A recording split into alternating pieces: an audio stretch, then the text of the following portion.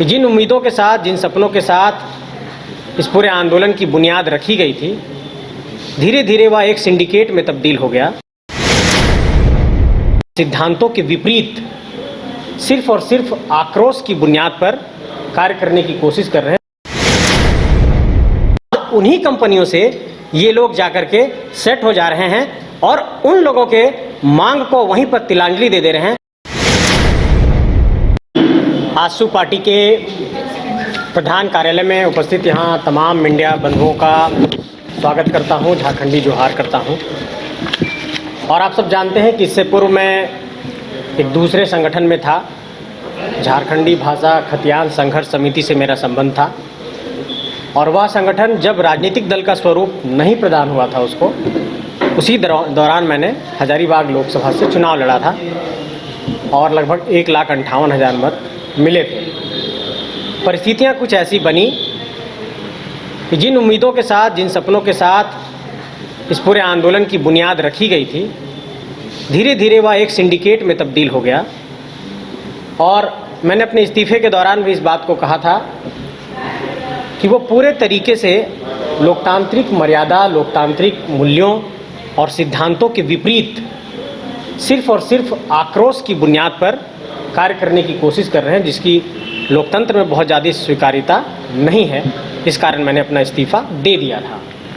इस्तीफे के पश्चात हमने झारखंड बचाओ क्रांति सेना समिति संगठन का निर्माण किया था और वह संगठन कोई राजनीतिक दल अभी नहीं हुआ था, वो सिर्फ एक संगठन था। और इस बार के चुनाव में 16 प्रत्याशी मैदान में थे और वो सभी हमारे अब सदस्य होंगे आजसू पार्टी के। कुछ लोगों ने दामन थामा है, कुछ लोग धीरे धीरे आएंगे, कुछ लोग अभी कुंभ के मेले में गए हैं। और सवाल ये होगा आप लोगों का कि आपने आजसू पार्टी का दामन क्यों थामा? क्योंकि मेरे राजनीति के केंद्र में, आंदोलन के केंद्र में झारखंड, झारखंडियत, स्थानीयता, विस्थापन, पुनर्वास, नियोजन, यही मुद्दे थे। और झारखंड निर्माण की परिकल्पना को पूर्ण करने में, उसको मूर्त रूप देने में, उसको साकार करने में आजसू पार्टी की एक महत्वपूर्ण भूमिका रही है। आजसू पार्टी झारखंड के मूल भावनाओं का प्रतिनिधित्व करती है। और जब मैंने पूरे झारखंड के राजनीति के केंद्र में टटोलने की एक कोशिश की तो मुझे ये लगा कि सत्ता से बेहतर रास्ता है कि संघर्ष का रास्ता चुना जाए। लोग ये कह सकते हैं कि फिर आपने दिसोम गुरु का रास्ता क्यों नहीं चुना? मैं ये कहना चाहता हूँ कि आजसू पार्टी के पूरे नेतृत्वकर्ताओं की फ़ौज को आप देखेंगे, उनके नेतृत्वकर्ताओं को देखेंगे, तो मैं ये गौर करता हूँ कि वहाँ पर यूथ को, युवाओं को प्राथमिकता दी जाती है। और उसके नेता माननीय सुदेश कुमार महतो जी भी एक युवा हैं, इसलिए हमने आजसू पार्टी का दामन थामा है। आप मीडिया बंधुओं को कोई सवाल है तो मैं लेना चाहूँगा।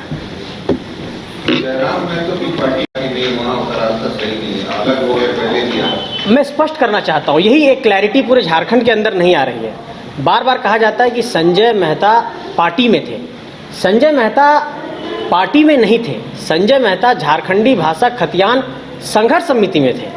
संजय मेहता झारखंड लोकतांत्रिक क्रांतिकारी मोर्चा में नहीं थे। अगर संजय मेहता झारखंड लोकतांत्रिक क्रांतिकारी मोर्चा में होते तो लोकसभा में वो झारखंड लोकतांत्रिक क्रांतिकारी मोर्चा के प्रत्याशी होते। वो एक निर्दलीय प्रत्याशी थे और तमाम प्रत्याशी निर्दलीय थे। तो जब वो राजनीतिक दल का स्वरूप लिया, उस वक्त मैं उसका हिस्सा था ही नहीं।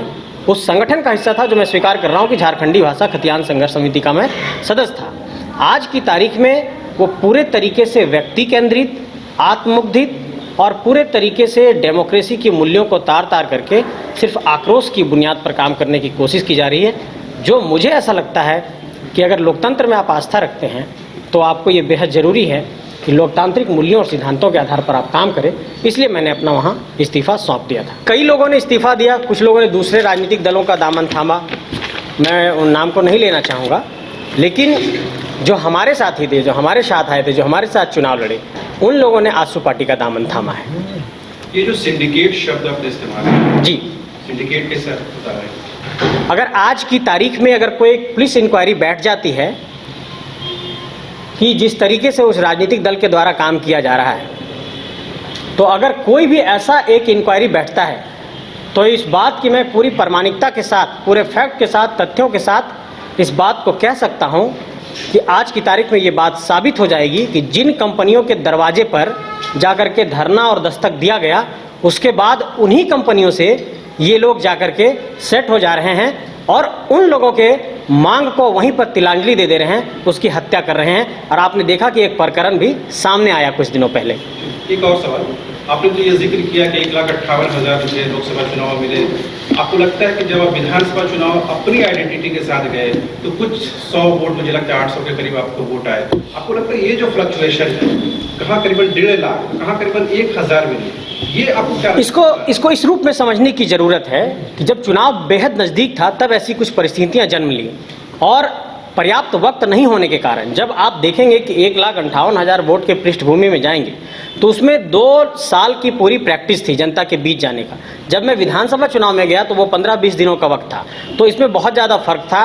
वैसी कुछ परिस्थितियां बनी इसलिए ऐसा कुछ हुआ, लेकिन जनता ने जो जनादेश दिया उसको स्वीकार करता हूं और संघर्ष करूंगा, अपनी हार सहर्ष स्वीकार करता हूं। जनता के बीच जाएंगे, उनके मुद्दों को समझेंगे, लेकिन इस बात को स्पष्ट करना चाहते हैं कि कभी भी यहाँ पर अराजकता की राजनीति को पनपने झारखंड के अंदर नहीं देंगे। अराजकता से झारखंड का समाधान नहीं हो सकता है। झारखंड की समस्याओं का समाधान नीतियों के आधार पर होगा और नीतियां ही झारखंड को सशक्त बनाएंगी। 5 राज्य, 61 शहर, 150 प्रोजेक्ट और एक वास्तु विहार। नई सोच, नया घर, बनाए रखिए अपना प्यार, सेवा में है वास्तु विहार।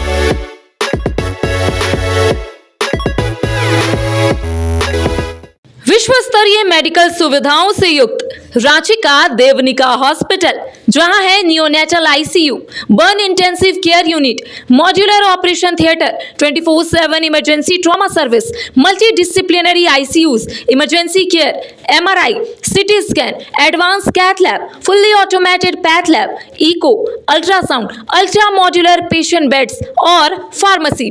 देवनिका हॉस्पिटल एंड रिसर्च सेंटर, किफायती दर पर विश्व स्तरीय इलाज, ancillary Chowk, Tupudana industrial area, Ranchi.